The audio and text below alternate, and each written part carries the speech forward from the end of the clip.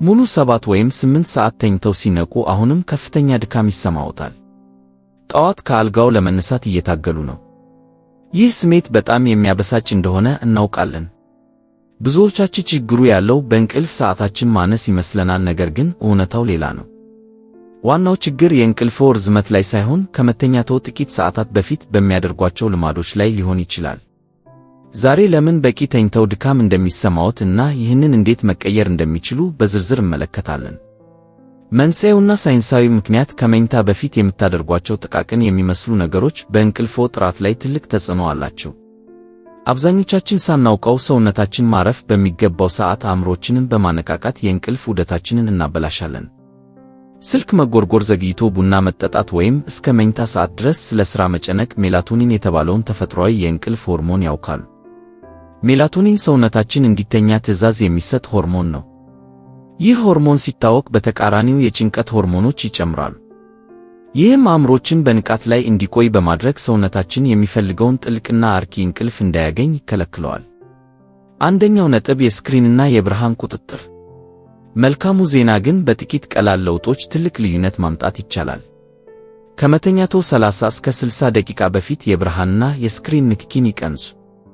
ከስልኮች ከታብሌቶችና ከቲቪ የሚወጣው ሰማያዊ ብርሃን የእንቅልፍ ዋነኛ ጠላት ነው። ይህ ብርሃን አእምሮአችን አሁንም ቀን እንደሆነ እንዲያስብ በማታለል እንቅልፍን ይገፋል። ስለዚህ ስልኩን ራቅ ባለ ቦታ ያስቀምጡ፣ የመኝታ ቤትዎን መብራት ያደብዝዙ፣ በምትኩም አእምሮን የሚያረጋጋ መጽሐፍ ያንብቡ።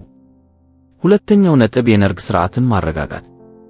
አእምሮአችን በዕለቱ ውሎ ወይም በነገው ዕቅድ ሲጨነቅ ሰውነታችን በንቃት ላይ ይቆያልና እንቅልፍ ይርቃል።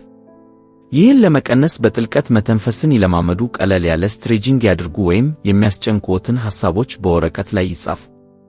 ሐሳቦችዎን ሲያስፍሩ አእምሮው ሸክሙን አውርዶ በሰላም ለመተኛት ይዘጋጃል። ሦስተኛው ነጥብ አመጋገብና መጠጥ።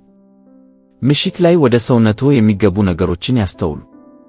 እንደ ካፌን፣ ቡናና ሻይ ያሉ አነቃቂዎችን ከሰዓት በኋላ መቀነስ ይመረጣል። ካፌን በደማችን ውስጥ ለሰዓታት ሊቆይ ይችላል።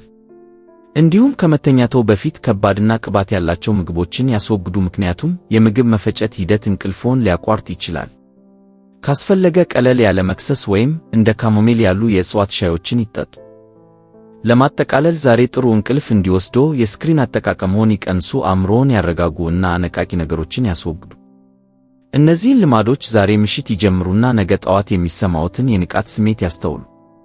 ትናንሽ ለውጦች ለጤናው ትልቅ ትርጉም አላቸው። ለተጨማሪ ሳይንሳዊ የጤና መረጃዎች ፋርማኮን ጤናን ይከተሉ። መረጃ ያግኙ፣ ጤናውንም ይጠብቁ።